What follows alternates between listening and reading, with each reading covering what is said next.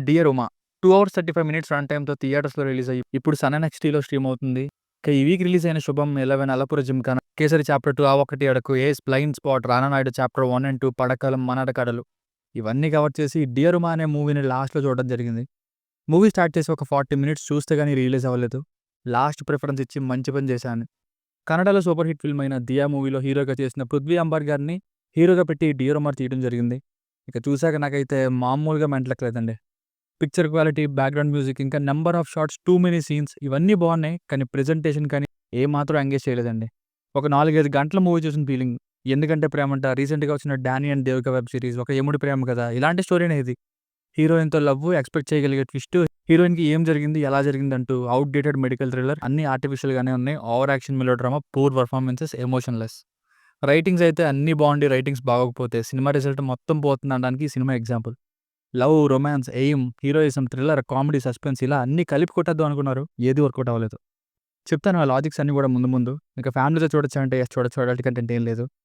Basic story line ఏంటంటే, చదువు మధ్యలో ఉన్నప్పుడు చేసిన తప్పు వల్ల ఇంటి నుండి తరిమేసిన హీరోకి ఒక ఫ్రెండ్ షెల్టర్ ఇచ్చాక హీరోయిన్‌తో పరిచయం ఏర్పడిన తర్వాత ఎలాంటి ట్విస్ట్ తెలిసింది. అసలు హీరో ఏం చేస్తే ఇంటి నుండి తరిమేశారు, చివరికి ఏమైంది అన్నది స్టోరీ. ప్లస్ పాయింట్స్ అయితే హీరో యాక్టింగ్ బానే ఉంది. మ్యూజిక్ పర్లేదు. సాంగ్స్ అంతేం అనిపించలేదు. బ్యాక్‌గ్రౌండ్ మ్యూజిక్ గురించి చెప్తున్నా. విజువల్ క్వాలిటీ బావుంది. అండ్ నంబర్ ఆఫ్ షాట్స్ ఎక్కువ తీశారు. అండ్ రిచ్ ప్రొడక్షన్ వాల్యూస్ అన్నట్టుగా ఉంది.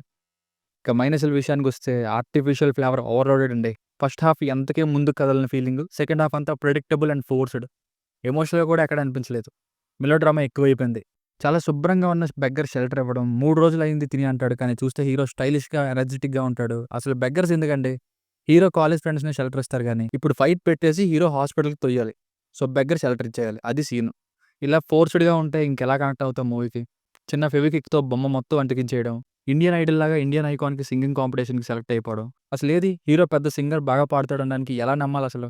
నా పేరు ఉమా, డాక్టర్ ఉమా అంటే పేరు వింటేనే కోమాలో ఉన్న పేషెంట్స్ కాన్షియస్‌లోకి వస్తారంట. డైలాగ్స్ అలా ఉన్నాయి. ఇదిలా ఉందంటే 'కేసీఆర్' సినిమాలో ఒక డైలాగ్ ఉంటుంది. బావ నువ్వు కాదు అని చెప్పింది నేను గుండెకి తీసుకోలేదు.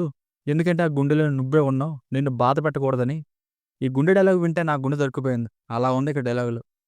హీరో మీట్ అయ్యే ప్రతి ఒక్కరు ముందు పొగిడి అప్పుడు మాట్లాడుతుంటారు. హీరో అక్కడ పాడట్లేదు, టమాటాలు అవి విసిరి కొడుతున్నారంటేనే అక్కడ టాలెంట్ లేనట్టు. అలాంటిది జనాల మధ్యలో నుండి ఆ టైంలో హీరోయిన్ స్టేజ్ ఎక్కి, హీరో వెళ్ళిపోయాడని అతని బ్యాండ్ ఫ్రెండ్స్‌తో నేను రాసిన ఈ లిరిక్స్ ఇచ్చి పాడమనండి. టాలెంట్ ఉన్న వాళ్ళకి లిఫ్ట్ ఇవ్వాలని చెప్తుంది. ఒక పక్క మాట, పాట కలిపి చెప్పేస్తున్నారు అన్నది వీళ్ళే. మళ్ళీ టాలెంట్ అంటే ఎక్కడి నుండొచ్చిందో. ఆ ఇంట్లో నుండి వెళ్ళగొట్టే సీనేంటో, ఫస్ట్ హాఫ్‌లో హీరోయిన్ విషయంలో ఆ ట్విస్ట్‌ని కూడా ఎక్స్‌పెక్ట్ చేసేసా. రీసెంట్‌గా వచ్చిన వెబ్ సీరీస్ వల్ల. అండ్ హీరో, హీరోయిన్‌కి మధ్య పెద్ద లవ్ ఫీల్ వచ్చినట్టు కూడా ఏం లవ్ స్టోరీ లేదు. వీళ్ళు డైలాగ్ మనిద్దరి ప్రేమ కదా అంటుంటే ఇంకంతే అదే ప్రేమ అనుకోవాలి. తినేసి డబ్బులివ్వకుండా హీరో, హీరోయిన్ వెంట పడితే, ఆ వ్యాపారులేమో హీరో వెంట పడతారు డబ్బుల కోసం. నిజం కనుక్కోవడానికి హీరో వాళ్ళ దగ్గరికి వెళ్లి అడుగుతాడు కానీ, ఇక్కడ మాత్రం వాళ్ళందరిని ఒక రెస్టారెంట్ దగ్గర కూర్చోబెట్టి మరీ అడిగి చూపిస్తున్నారు. అసలు ఇంటర్వెల్ ముందు హీరో వాళ్ళ అమ్మకి ఫోన్ చేసినప్పుడు ఆ సిట్యుయేషన్‌లో సాంగ్ ఎందుకు అవసరమా? ఎవరైనా అయ్యో! బిడ్డ ప్రేమించిన అమ్మాయి పాపం లేదే అని ఫీల్ అవుతారు కానీ, సాంగ్స్ ప్లేస్‌మెంట్స్ బాలేదు. ఐటెమ్ సాంగ్ అయితే అసలు అక్కరనే లేదు. అసలు కాలేజ్ స్టూడెంట్ లానే ఉండడు లుక్ అది హీరోది. ఆ మెడికల్ మాఫియా 25,00,000 కట్టించిన సీన్ అయితే పెద్ద దండం. లాస్ట్‌కి ఒక ట్విస్ట్ ఉంది. అది కూడా ఫ్లోలో కొట్టుకుపోయింది. సప్తగిరి గారి రోల్ క్లారిటీనే ఉండదు. ఫ్రెండ్ అంటారు వదిలేసిపోతారు. ఇది ఎంత చెప్పినా ఈ ఫ్రస్ట్రేషన్ ఇలానే వెళ్తుంది మూవీ గురించి. సో, ఫైనల్‌గా మూవీకి వర్డిక్ట్ ఏంటంటే రైటింగ్స్ బావుంటే, సపోర్ట్ ఇచ్చిన మిగతా aspects like camera work, background music, కొందరు ఫేమ్ ఉన్న క్యారెక్టర్ ఆర్టిస్ట్స్ ఇవన్నీ తోడే కొంచెం బెటర్‌గా ఉండేది. కానీ మొత్తం మూవీ అంతా కూడా లెంథీగా ఫీల్‌నే తెప్పించిన లవ్ స్టోరీతో ఆల్రెడీ తెలిసిన మెడికల్ మాఫియా మెసేజ్, రియాలిటీకి దూరంగా ఉండే సీన్స్, ఎస్పెషల్లీ రాక్ స్టార్ లానే ఉండదు. వీటి వలన మూవీ నాకైతే నచ్చలేదండి. ఇక చూస్తాను అంటే మీ ఇష్టం. 'పేషెన్స్ టెస్టర్' దీనికి రేటింగ్ వచ్చేసి ఇది నా ఒపీనియన్ 2/5. మీకన్నా నా వర్క్ నచ్చినట్లయితే మరిన్ని రివ్యూస్ కోసం మన ఛానెల్‌ని సబ్స్క్రైబ్ చేసుకోండి. Thank you.